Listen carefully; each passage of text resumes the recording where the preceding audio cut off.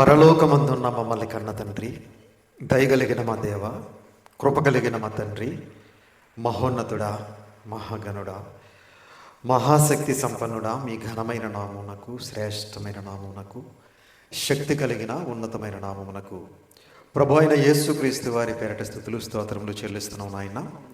తండ్రి, మరిదిగో ప్రభువా, మీ పిల్లలమైన మేము ఈ సాయంకాలం వేళ ఈ గుడిమిల్లంక గ్రామంలో చిన్న మందగా కూడుకుని తండ్రి, మీ పరిశుద్ధ గ్రంథంలోని నాయన మహోన్నతమైన మీ మాటలను, శక్తి కలిగిన మీ మాటలను, అమూల్యమైన మీ మాటలను మరొక్కసారి మేమందరము కూడా వినడానికి, నేర్చుకోవటానికి, వాటి ప్రకారంగా మేమందరం బ్రతకటానికి, మీరిచ్చే పరలోక రాజ్యానికి చేరుకోవటానికి మీరు మాకిచ్చినటువంటి గొప్ప అవకాశమును బట్టి ప్రభు అయిన యేసుక్రీస్తు వారి పేరట స్తుతులు స్తోత్రములు చెల్లిస్తూ ఉన్నాము. తండ్రి, మీ దాసుడునైన నేను మీ పక్షముగా నిలబడి తండ్రి, మీ గ్రంథంలో నుండి మీ మాటలను మీ పిల్లలకు ఉపదేశించడానికి సిద్ధపడుతూ ఉండగా చెప్పగలిగే మంచి సమయోచితమైన జ్ఞానమును మీ ఆత్మ సహాయమును నాకు అందించండి తండ్రి. వినిచున్న మీ పిల్లలకు అర్థం చేసుకునే మనసును, గ్రహించే హృదయమును దయచేయండి తండ్రి. మీ మాటలు కేవలం విని విడిచిపెట్టేసేవారుగా ఉండకుండా విన్న మాటలను గ్రహించుకుని తండ్రి, మా హృదయంలో భద్రపరుచుకుని తండ్రి, ఆ మాటలకు లోబడి మీకు భయపడి మిగిలిన మా శాశ్వత జీవితం అంతా కూడా పరిశుద్ధులుగా, పవిత్రులుగా, యథార్థవంతులుగా, నీతిమంతులుగా బ్రతుకుతూ తండ్రి, మీరిచ్చే ఆ నిత్య రాజ్యానికి మేమందరం చేరుకోవడానికి సహాయం చేయమని, కృప చూపించమని, దయ చూపించమని, మీ కృపలో మమ్మల్ని అందరినీ భద్రపరచమని, కాచి కాపాడమని మీ ప్రియకుమారుడు, మా ప్రియరక్షకుడైన యేసుక్రీస్తు ప్రభుల వారి అతి శ్రేష్టమైన, ఉన్నతమైన, శక్తి కలిగిన నామమును బట్టి చిన్న ప్రార్థన అడిగి వేడుకుంటున్నాము తండ్రి, ఆమేన్. కూడి వచ్చినటువంటి సహోదరి సహోదరులందరికీ కూడా మన ప్రభువును రక్షకుడైన యేసుక్రీస్తు వారి పేరిట హృదయపూర్వకమైన వందనములు తెలియజేస్తున్నాను. అందరూ బాగున్నారు కదండి? సంతోషం. ఈరోజు ఒక మంచి పాఠాన్ని మనం నేర్చుకుందాం. ఈరోజు మనం నేర్చుకోబోయే పాఠం పేరు క్రైస్తవులు ప్రతిరోజు చేయవలసినవి ఏమిటి. క్రైస్తవులు ప్రతిరోజు చేయవలసినవి ఏమిటి అనే అంశాన్ని నేర్చుకుందాం. ప్రియమైన దేవుని పిల్లలారా, క్రైస్తవులు ప్రతిరోజు ఏం చేయాలండి? ప్రతిరోజు ప్రార్థన చేయాలి. చేస్తున్నారా మరి? ఏమండి, ప్రార్థన చేయాలని తెలుసు, కానీ చాలామంది ప్రార్థన చేయరండి. కొంతమంది చేసేవాళ్ళు ఉన్నారు, కొంతమంది ప్రార్థనే ఉండదు వాళ్ళ జీవితంలో. ఏమండి, కొంతమంది ప్రతి చిన్న విషయానికి కూడా ప్రార్థన చేస్తారు. ప్రార్థన యొక్క విలువ తెలిసిన వారు ప్రార్థన చేయకుండా ఏది చేయరు. ప్రార్థన విలువ తెలియని వారు అసలు ప్రార్థనే చేయరు. ఖచ్చితంగా మనం మన జీవితంలో ప్రతిరోజు ప్రతి విషయంలోనూ కూడా ప్రార్థన అనేది తప్పనిసరిగా చేయాలి. అలాగే ప్రతిరోజు మనం వాక్యం చదవాలి. మరి చదివే వాళ్ళు ఉన్నారా? అంత టైం ఎక్కడ ఉందండి? బిజీ అయిపోయారు ఇప్పుడు అందరూ. దేంతో? సెల్ ఫోన్ తోటి. ఏమండి, సెల్ ఫోన్లో రీల్స్ చూడటానికే టైం లేదు ఈరోజు. అవునా? ఇంక బైబిల్ ఎక్కడ చదువుతారు చెప్పండి? చదివే వాళ్ళు ఉన్నారు, లేరని నేను అన్ను, తక్కువ మంది ఉన్నారు. బైబిల్ క్రమం తప్పకుండా ప్రతిరోజు చదివే వాళ్ళు ఉన్నారు. అసలు బైబిల్ చదవని వాళ్ళు కూడా ఉన్నారు. ప్రియమైన దేవుని వాళ్ళారా, కనుక మనం ప్రార్థన మానకూడదు, అలాగే ప్రతిరోజు బైబిల్ చదవటం మానకూడదు, అలాగే వాక్యం వినటం కూడా ప్రతిరోజు చేయాలి. ప్రతిరోజు వాక్యాన్ని వినాలి. మరి వినేవాళ్ళు ఉన్నారా? లేదు. పనికిరానివన్నీ వింటామంటారు, కానీ వాక్యాన్ని మాత్రం వినరు. కొంతమంది వాక్యాన్ని వినేవాళ్ళు కూడా ఉన్నారు. ఎక్కువ శాతం వాక్యాన్ని వినని వాళ్ళు ఉన్నారు. కాబట్టి ప్రియమైన దేవుని వాళ్ళరా, మనం ప్రార్థన చేయాలి, అలాగే వాక్యాన్ని చదవాలి, అలాగే వాక్యాన్ని వినాలి. ఇలా మనం ఆలోచిస్తే చాలా ఉన్నాయి మనం చేసి ప్రతిరోజు. ఏమండి, చదవాలి, వినాలి, అలాగే గైకొనాలి. చదివిన దాన్ని, విన్నదాన్ని గైకొనాలి. నేను ఎప్పుడూ గైకొంటానంటే కుదరదు. అప్పటి వరకు నువ్వు ఉంటావో ఉడతావో తెలియదు. ప్రతిరోజు మన జీవితంలో వాక్యాన్ని గైకొంటూ మన జీవితాన్ని కొనసాగించాలి. కనుక ఇలా చాలా సందర్భాలు ఉన్నాయి. అందులో కొన్ని సందర్భాలు ఈరోజు మనం నేర్చుకుందాం. ఏమండి, మొట్టమొదటిగా మనందరము కూడా బైబిల్ చదవాలి. ఏమండి, అపోస్తలుడైన పౌలు గారు ఎపిసీలకు రాస్తూ ఒక అద్భుతమైన మాట తెలియజేశారు. ఎపిసీలకు రాసిన పత్రిక 3వ అధ్యాయం దయచేసి మీ చేతిలో ఉన్న పరిశుద్ధ గ్రంథాన్ని అందరూ తెరిచి చూడాలని ప్రేమపూర్వకంగా తెలియజేస్తున్నాను. ఎపిసిలకు రాసిన పత్రిక 3వ అధ్యాయము 3-4 వచనం జాగ్రత్తగా చూడండి పిల్లలు. ఎట్లనగా క్రీస్తు మర్మము దేవ దర్శనము వలన నాకు తెలియపరచబడినదని సంగతిని గూర్చి మునుపు సంక్షేపముగా వ్రాసి తిని. బాగా వినాలి.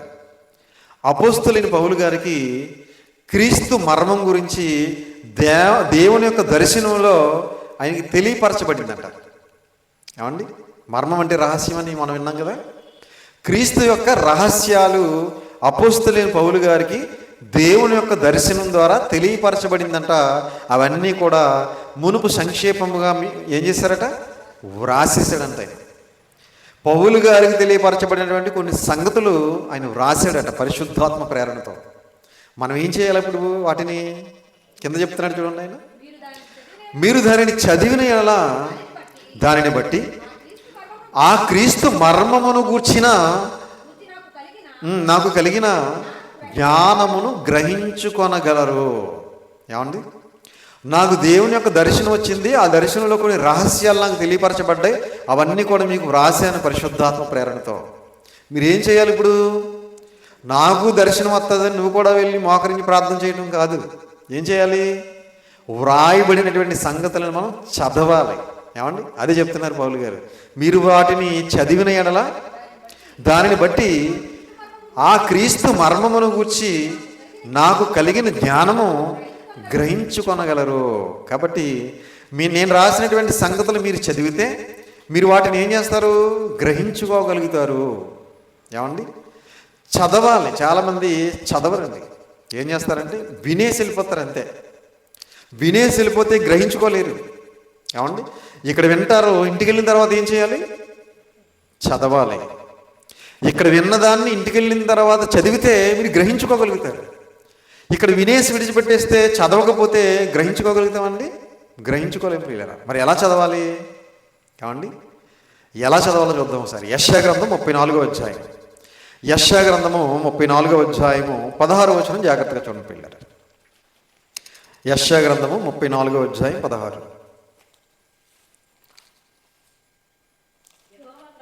యెహోవా గ్రంథమును పరిశీలించి చదువుకొనుడి. 34:16. యెహోవా గ్రంథమును పరిశీలించి చదువుకొనుడి. ఇప్పుడు మన చేతిలో ఉన్నటువంటి గ్రంథం ఎవరిదండి? దేవుని గ్రంథం ఇది, యెహోవా గ్రంథము. ఈ గ్రంథాన్ని మనం ఎలా చదవాలట? పైపైనే చదివితే పరమార్థం అర్థం కాదు. అర్థమవుతుందా? చాలామంది చదవమన్నారు కదా అని అలా చదువుకుంటూ వెళ్ళిపోతూ ఉంటారు. ఏమండి, నేను ఇన్నిసార్లు చదివాను అన్నిసార్లు చదివాను చెప్పుకుంటూ ఉంటారు కొంతమంది. ఏమండి, నువ్వు ఎన్నిసార్లు చదివావు అని దేవుడు అడగడు. నువ్వు చదివింది ఎంతవరకు నువ్వు పరిశీలించగలిగావు, ఎంతవరకు నువ్వు గ్రహించగలిగావు అనేదే దేవుడు చూస్తాడు. కనుక ప్రియమైన దేవుని వల్లరా చాలామంది నేను 2 సార్లు చదివాను, నేను 5 సార్లు చదివాను, నేను 7 సార్లు చదివాను అంటూ ఉంటారు. ఏమండి, ఏదైనా చిన్న ప్రశ్న అడిగితే సమాధానం చెప్పలేదు. మరి ఎందుకు చదివావు నువ్వు అన్నిసార్లు? ఏమండి, పేరు కోసం చదువుతారు కొంతమంది. కాదు, పరిశీలించి చదవాలి. అసలు దేవుడు ఏం తెలియజేస్తున్నాడు, ఈ మానవాళికి ఏం తెలియజేస్తున్నాడు, ఆయన ఉద్దేశం ఏంటి, ఆయన సంకల్పం ఏంటి, ఏం కోరుకుంటున్నాడు దేవుడు మానవుల నుండి అనేది మనం చదవాలి. పరిశీలించి చదివితే పరమార్థం అర్థమవుతుంది. కనుక ప్రతిరోజు కూడా పరిశుద్ధ గ్రంథాన్ని పరిశీలించి చదవాలి. కాబట్టి అలాగే ప్రతిరోజు మనం ఇంకా ఏం చేయాలో మరొక మాట మనం చూడగలిగితే రోమిలికి రాసిన పత్రిక 10వ అధ్యాయం. రోమిలికి రాసిన పత్రిక 10వ అధ్యాయము 17వ వచనం జాగ్రత్తగా చూడండి పిల్లలు. రోమిలికి రాసిన పత్రిక 10వ అధ్యాయము 17. కాగా వినుట వలన విశ్వాసము కలుగును, వినుట క్రీస్తును గూర్చిన మాట వలన కలుగును. తీసారమ్మా 10:17 రోమపత్రిక. కాగా వినుట వలన విశ్వాసం కలుగును. ఏం వినాలి? ఏమండి, క్రీస్తును గూర్చిన మాట వలన కలుగును అన్నాడు చూడండి కింద. వినుట వలన విశ్వాసం కలుగును, వినుట క్రీస్తును గూర్చిన మాట వలన కలుగును. వినాలి. ఏం వినాలి అంటే క్రీస్తు గురించి వినాలి. ఏమండి, నువ్వు ప్రతిరోజు కూడా క్రీస్తు గురించి వినాలి. వినుట వలన విశ్వాసము కలుగును, వినుట క్రీస్తును గూర్చిన మాట వలన కలుగును. అంటే క్రీస్తుని గూర్చినటువంటి మాటలు వినాలి మనం. అప్పుడు మనకి ఏం కలుగుతుంది? విశ్వాసం కలుగుతుంది. ఏమండి? క్రీస్తు గురించి కాకుండా నువ్వు ఏవేవో వింటున్నావు అనుకో, లోక సంబంధమైనవి, విశ్వాసం కలుగుతుందా? ఉన్న విశ్వాసం కాస్త పోతుంది. కనుక ప్రియమైన దేవుని వల్ల ప్రతిరోజు మనం క్రీస్తుని గురించినటువంటి మాటలు వినాలి. ఏమండి? ఇప్పుడు వినటానికి మన ఎన్నో అవకాశాలు ఉన్నాయి. మనకి సెల్ ఫోన్ ద్వారా వినొచ్చు ప్రతి ఒక్కరము కూడా. ఇంతకుముందు అయితే టేప్ సెట్లు ఉండేవి. ఏమండి? అందులో క్యాసెట్ పెట్టుకుని వినేవారు. ఇప్పుడు ఆ పరిస్థితి లేదు మనకి. మన ప్రతి ఒక్కరికి మనిషికి ఒక సెల్ ఫోన్ ఉంది. సెల్ ఫోన్ ద్వారా మనం ఎన్నో వాక్యాలు వినే అద్భుతమైన అవకాశం మనకు ఉంది. కానీ వింటారా? వాక్యం తప్ప అన్నీ వింటారు. ఏమండి? ప్రియమైన దేవుని వల్ల కనుక వినుట వలన మనకి విశ్వాసం కలుగుతుంది. వినాలి వాక్యాన్ని. ఇప్పుడు మీరు వాక్యం వింటున్నారు. ఏమండి? తర్వాత ఇంటికి వెళ్ళిన తర్వాత మీరు సెల్ ఫోన్ ద్వారా కూడా వాక్యం వినొచ్చు. కనుక వినుట వలన విశ్వాసం కలుగును అన్నాడు కదా అని ఏది పడితే ఎవరు పడితే ఏది చెబితే అది వినేయకూడదు. ఏమండి? ఎవరేం చెప్తున్నారో అది గ్రహించుకోవాలి మరలా. ఏమండి? ఆయన ఎవరు చెప్పినా వాక్యమే చెప్తారు కదా అని ఏది పడితే అది, ఎవరు చెప్పింది పడితే అది వినేసాం అనుకోండి, మరలా మనం మోసపోయే అవకాశం ఉంది. అందుకే మనం మోసపోకూడదని యేసుక్రీస్తు వారు ఒక అద్భుతమైన మాట తెలియజేశారు. మార్కు సువార్త 4వ అధ్యాయము 24వ వచనంలో యేసుక్రీస్తు వారు ఒక అద్భుతమైన మాట తెలియజేశారు. మార్కు సువార్త 4:24. మరియు ఆయన మీరు ఏమి వినుచున్నారో జాగ్రత్తగా చూచుకొనుడి. వినమన్నాడు కదా అని ఏది పడితే అది వినేయకూడదు. ఎవరు పడితే వారు చెప్పే మాటలు వినేయకూడదు. ఏమండి? వాళ్ళు చెప్పేది బైబిల్లో ఉందా లేదా అనేది చూసుకోవాలి. ఒకవేళ బైబిల్లో ఉంటే అది వాక్యానికి అనుగుణంగా ఉందా, చెప్పేవాడికి అనుకూలంగా మలుచుకుని చెప్తున్నాడు అనేది కూడా జాగ్రత్తగా చూసుకోవాలి. ఎందుకంటే ఈరోజు చాలామంది సేవకులు, బోధకులు అనబడేవారు, దైవజనులు అనబడేవారు వాక్యాన్ని వాళ్ళ కోసం వాడుకుంటున్నారు. ఈరోజు మనుషులను తమ వైపుకు తిప్పుకోవడానికి వాడుకుంటున్నారు తప్ప మనుషులను దేవుని వైపుకు తిప్పడానికి వాక్యాన్ని వాడట్లేదు. ప్రియమైన దేవుని వల్ల అది కూడా గమనించుకోవాలి మనం. ఏమండి? కాబట్టి మీరు ఏమి వినుచున్నారో జాగ్రత్తగా చూసుకునుడి. బైబిల్లో ఉన్నదే చెబుతున్నాడా, లేక బయట నుంచి ఏదైనా మంచి కట్టు కథలు, పెట్టు కథలు, కాకమ్మ కథలు తీసుకొచ్చి ఏమన్నా చెబుతున్నాడు అనేది కూడా జాగ్రత్తగా చూసుకోవాలి. మనం ఎప్పుడైనా కథలు చెప్పామండి? కాకమ్మ కథలు, కట్టు కథలు, పెట్టు కథలు ఏం చెప్పం మనం. ఎందుకంటే వాటితో మనకు పని లేదు, అవి చెప్పాల్సిన అవసరం లేదు. కానీ ఈరోజు ఏం చెప్పాలో తెలియక ఈరోజు సంఘాలు అన్నీయే కథలకు అలవాటైపోయారు. విశ్వాసులు కూడా జోకులకు అలవాటైపోయారు. అవి లేకపోతే వాళ్ళు ఉండలేరు, చెప్పకుండా వీళ్ళు ఉండలేరు. చూసారా? అందుకే సంఘాలన్నీ సర్వనాశనం అయిపోయినాయి ఈరోజు. ప్రియమైన దేవుని వల్ల కనుక మీరు ఏమి వినుచున్నారో జాగ్రత్తగా చూసుకోండి. అంటే ప్రతిరోజు కూడా మనం దేవుని వాక్యాన్ని వినాలి. వినేది ఉన్నది ఉన్నట్టుగా చెప్పేవారి వాక్యాన్ని మాత్రమే వినాలి. ఏమండి? బైబిల్ చదవాలని చూసాం, అలాగే వాక్యాన్ని వినాలి అని చూసాం, అలాగే వాక్యాన్ని గ్రహించాలి. అది కూడా చూద్దాం ఒకసారి. మత్తయి సువార్త 13వ అధ్యాయం. యేసుక్రీస్తు వారు 2000 సంవత్సరాల క్రితం తెలియజేసిన అద్భుతమైన మాట. మత్తయి గారు రాసిన సువార్త 13వ అధ్యాయము 51వ వచనం జాగ్రత్తగా చూడండి పిల్లలు. మత్తయి గారు రాసిన సువార్త 13వ అధ్యాయం 51. వీటినన్నిటినీ మీరు గ్రహించితిరా అని వారిని అడుగగా వారు గ్రహించితిమనిరి. అంటే యేసుక్రీస్తు ప్రభులు వారు చెప్పినటువంటి మాటలు మళ్ళీ వాళ్ళని అడుగుతున్నాడు ఆయన, మీరు వీటన్నిటినీ గ్రహించారా అని అడుగుతున్నాడు. అప్పుడు వాళ్ళు ఏమంటున్నారు? గ్రహించాం ప్రభు అంటున్నారు. అంటే చదివిన దానిని, విన్న దానిని ఏం చేయాలన్నమాట? గ్రహించుకోవాలి. చాలామంది గ్రహించుకోరు. ఏమండి? అలా చదివేసుకుంటూ వెళ్ళిపోతుంటారు, అలా వింటూ కూర్చుంటారు అంతే. ఇంకా వాళ్ళు గ్రహింపు అనేది వారిలో ఉండదు. అందుకే ఒకవేళ వీళ్ళు గ్రహించలేదేమో అని యేసుక్రీస్తు వారికి డౌట్ వచ్చి, మరి మీరు గ్రహించారా అని అడిగినప్పుడు వాళ్ళు ఏమంటున్నారు? గ్రహించామంటున్నారు. ఏమండి? చదివేటప్పుడు గ్రహించుకోవాలి, వినేటప్పుడు కూడా గ్రహించుకోవాలి. ఎందుకంటే గ్రహించడానికి కొన్ని సంగతులు కష్టంగా ఉంటాయి. ఏమండి? పౌలు గారు రాసిన పత్రికలు అయితే ఇంకా కష్టంగా ఉంటాయి. అందుకే అపోస్తుల్లో అగ్రగణ్యుడిగా ఉన్న పేతురు గారు ఏం రాశారో చూస్తారు ఒకసారి. పౌలు గారి కోసం పేతురు గారు రాసిన రెండో పత్రిక, పేతురు గారు రాసినటువంటి రెండో పత్రిక 3వ అధ్యాయం. పేతురు గారు రాసిన రెండో పత్రిక 3వ అధ్యాయము 15-16 వచనాలు జాగ్రత్తగా చూడండి పిల్లలు. పేతురు గారు రాసిన రెండో పత్రిక 3వ అధ్యాయం 15-16. మరియు మన ప్రభువు యొక్క దీర్ఘశాంతము రక్షణార్థమైనదని ఎంచుకొనుడి. అలాగూ మన ప్రియ సహోదరుడైన పౌలు కూడా తనకు అనుగ్రహింపబడిన జ్ఞానము చొప్పున మీకు వ్రాసి ఉన్నాడు. వీటిని గూర్చి తన పత్రికలన్నిటిలో బోధించుచున్నాడు. అపోస్తులలో అగ్రగణ్యుడిగా ఉన్నటువంటి పేతురు గారు పౌలు గారి కోసం రాస్తున్నారు. మన ప్రియ సహోదరుడైన పౌలు కూడా తనకు అనుగ్రహింపబడిన జ్ఞానం చొప్పున మీకు వ్రాసి ఉన్నాడు. పౌలు గారు ఎన్ని పత్రికలు రాశారండి? సుమారు 14 పత్రికలు వ్రాసాడు. ఆయన తనకు అనుగ్రహింపబడినటువంటి జ్ఞానాన్ని పరిశుద్ధాత్మ ప్రేరణతో పత్రికలు వ్రాసాడు. ఆయన ఏమండి వ్రాసి ఉన్నాడు. వీటిని గూర్చి తన పత్రికలన్నిటిలో బోధించుచున్నాడు. అయితే వాటిలో కొన్ని సంగతులు గ్రహించుటకు కష్టమైనవి. వాటిలో కొన్ని సంగతులు గ్రహించుటకు కష్టమైనవి అంటే ఇలా చదివిన వెంటనే అలాగ అర్థమైపోవు మనకి. ఏమండి చాలా కష్టమైనవి పత్రికలు. అందుకే చాలామంది దొంగ బోధకులు, అబద్ధ బోధకులు పత్రికల జోలికి వెళ్ళరు. మీరు గమనించారా? ఎప్పుడు ఆ కీర్తనలో, ఆ సామెతలో చెప్తూ ఉంటారు వాళ్ళు. ఒకవేళ మహా అయితే క్రొత్త నిబంధనకు వచ్చి ఆ మత్తయి, మార్కు, లోక, యోహాన్లో ఉన్నటువంటి స్వస్థతల కోసం చెప్తారు ఎక్కువ. ఏమండి ఆ దీవెనలు, ఆశీర్వాదాలు, మేలు ఇంకెప్పుడు ఇవే. ఏమండి ఈ పత్రికల జోలికి అస్సలు వెళ్ళరు. పత్రికలు టచ్ చేయరు చాలామంది. ఎందుకంటే చాలా కష్టమై వీటిలో కొన్ని సంగతులు గ్రహించుటకు కష్టమైనవి. వీటిని విద్యావిహీనులను, అస్థిరులైన వారును, తక్కిన లేఖనములను అపార్థము చేయుటకు చేసినట్లు తమ స్వకీయ నాశనమునకు అపార్థం చేయుదురు. చాలామంది విద్యావిహీనులు ఉన్నారు సేవకుల్లో. చదువుకోరు. ఏమండి కానీ బైబిల్ ట్రైనింగ్ ఉండదు. నేర్చుకోరు కానీ పాస్టర్ అయిపోతారు. ఏమంటే బోధకులు అయిపోతారు. అందుకే విద్యావిహీనులు ఏం చేస్తారట? విద్య లేని వాళ్ళు. అస్థిరులైన వారు, స్థిరత్వం ఉండదు వీళ్ళకి. అస్థిరులైన వారు తక్కిన లేఖనములను అపార్థం చేసినట్లు, లేఖనాలను అపార్థం చేసుకుంటారు. వాళ్ళు అర్థం చేసుకోరు. అందుకే వాళ్ళకి నచ్చినట్టుగా బోధిస్తారనమాట.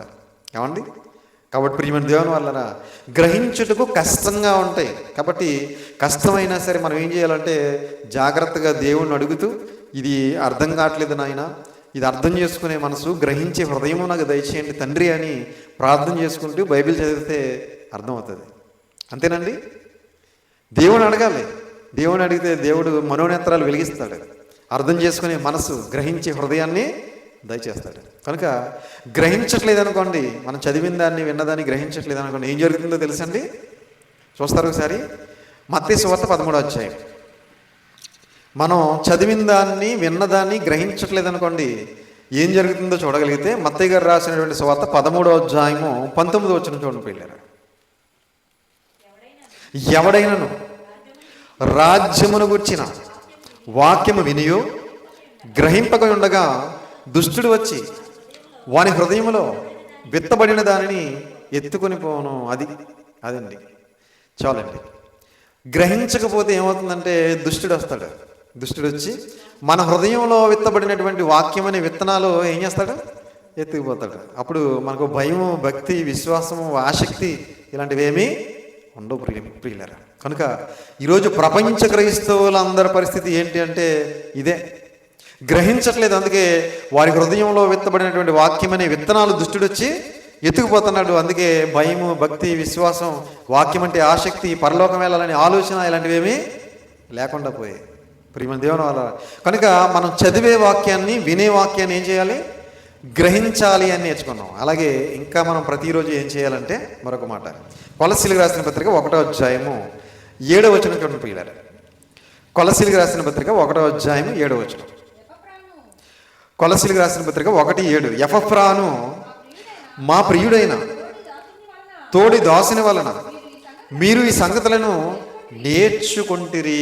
అపోస్తులైన పౌలు గారు ఒక ఆయన కోసం రాస్తూ ఒక అద్భుతమైన మాట తెలియజేస్తున్నారు.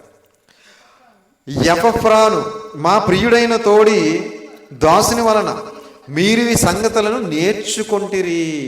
ఎపఫ్రా అనే ఒక సహోదరుడి వలన మీరు ఈ సంగతులు నేర్చుకున్నారు అని కొలస్సీ పట్టణంలో ఉన్న క్రీస్తు సంఘ విశ్వాసులకు అపోస్తులైన పౌలు గారు పత్రిక రాస్తున్నారు. అంటే కొలస్సీ పట్టణంలో ఉన్నవారు ఎపఫ్రా వలన కొన్ని సంగతులు నేర్చుకున్నారట. అంటే మనం కూడా ప్రతిరోజు కొన్ని సంగతులు నేర్చుకోవాలి బైబిల్ నుంచి. ఏమండి? ఎన్నో నేర్చుకుంటూ ఉంటాం మన లోకంలో, అవునా? లోక సంబంధమైనవి, శరీర సంబంధమైనవి, భూ సంబంధమైనవి, పనికిరానివన్నీ నేర్చుకుంటూ ఉంటాం, కానీ వాక్యాన్ని మాత్రం నేర్చుకోం ప్రియమైన దేవుని వారు. కనుక మనమందరం కూడా వాక్యాన్ని ప్రతిరోజు కూడా నేర్చుకోవాలి. ఎందుకో తెలుసండి, యేసుక్రీస్తు అంతటి వారే వాక్యాన్ని ఎక్కడ నేర్చుకున్నారు? చూడండి ఒకసారి, యోహాను సువార్త 8వ అధ్యాయం. యోహాను గారు రాసినటువంటి సువార్త 8వ అధ్యాయము 28 వచనం చూడండి ప్రియులారా. యోహాను గారు రాసిన సువార్త 8:28. కావున యేసు మీరు మనుష్య కుమారుని నేనే ఆయనననియు నా అంతట నేనే ఏమీ చేయక తండ్రి నాకు నేర్పినట్లు ఈ సంగతులు మాట్లాడుచున్నాననియు మీరు గ్రహించుదురు. తండ్రి నాకు నేర్పినట్లు అనే పదం చూడండి. అంటే యేసుక్రీస్తు ప్రభులు వారే ఎక్కడ నేర్చుకున్నారు? పరలోకంలో తండ్రి అయిన దేవుని దగ్గర నేర్చుకున్నారు. నేర్చుకుని వచ్చి ఈ ప్రపంచానికి నేర్పించారు ఆయన. మరి మనం నేర్చుకోవద్దా? మనం కూడా నేర్చుకోవాలి, కానీ వాక్యం తప్ప అన్నీ నేర్చుకుంటూ ఉంటాం మనం. ఏమండి ప్రియమైన దేవుని వాళ్ళరా? కనుక ఖచ్చితంగా మనం ప్రతిరోజు కూడా వాక్యాన్ని నేర్చుకోవాలి. అంత అవసరమా మనకంటే? అవసరమే. వాక్యం కంటే గొప్పద ప్రపంచంలో ఏముందో చెప్పండి? అవునా? వాక్యమే మనల్ని బ్రతికింపజేసేది, వాక్యమే మన ప్రవర్తన సరిదిద్దేది, వాక్యమే మన విశ్వాసాన్ని పెంపొందించేది, వాక్యమే మనల్ని పరలోకానికి నడిపించేది. వాక్యం కంటే గొప్పది ప్రపంచంలో మరొకటి లేదు. కనుక ప్రియమైన దేవుని వారా, ప్రతిరోజు కూడా మన వాక్యాన్ని నేర్చుకోవాలి. అలాగే ఇంకా మనం ప్రతిరోజు ఏం చేయాలంటే, తిమోతికి రాసిన 2వ పత్రిక, తిమోతి గారికి రాసిన 2వ పత్రిక 1వ అధ్యాయము 13వ వచనం జాగ్రత్తగా చూడండి ప్రియులారా.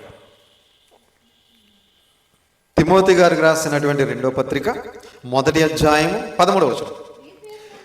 క్రీస్తు యేసునందుంచవలసిన విశ్వాస ప్రేమలు కలిగిన వాడవై నీవు నా వలన వినిన హితవాక్య ప్రమాణమును గైకొనుము. అపోస్తలుడైన పౌలు గారు తిమోతి గారికి వ్రాస్తూ ఒక అద్భుతమైన మాట తెలియజేస్తున్నారు. 2వ తిమోతి 1:13. క్రీస్తు యేసునందుంచవలసిన విశ్వాస ప్రేమలు కలిగిన వాడవై నీవు నా వలన వినిన హితవాక్య ప్రమాణమును గైకొనుము. నువ్వు క్రీస్తు యేసునందు ఉంచవలసినటువంటి విశ్వాస ప్రేమలు కలిగిన వాడవై. విశ్వాసము, ప్రేమ మనం కలిగి ఉండాలి. అలాగే నీవు నా వలన వినిన హితవాక్య ప్రమాణమును గైకొనుము అంటే గైకొనాలి.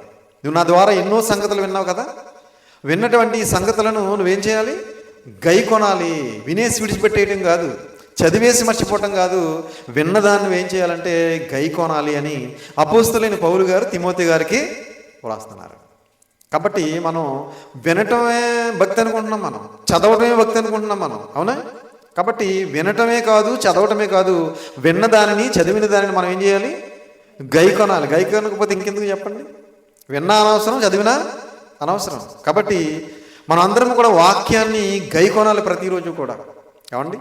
గైకొంటేనే మనలో దేవుని ప్రేమ పరిపూర్ణంగా ఉంటుందట. ఒకసారి చూద్దాం అన్నమాట.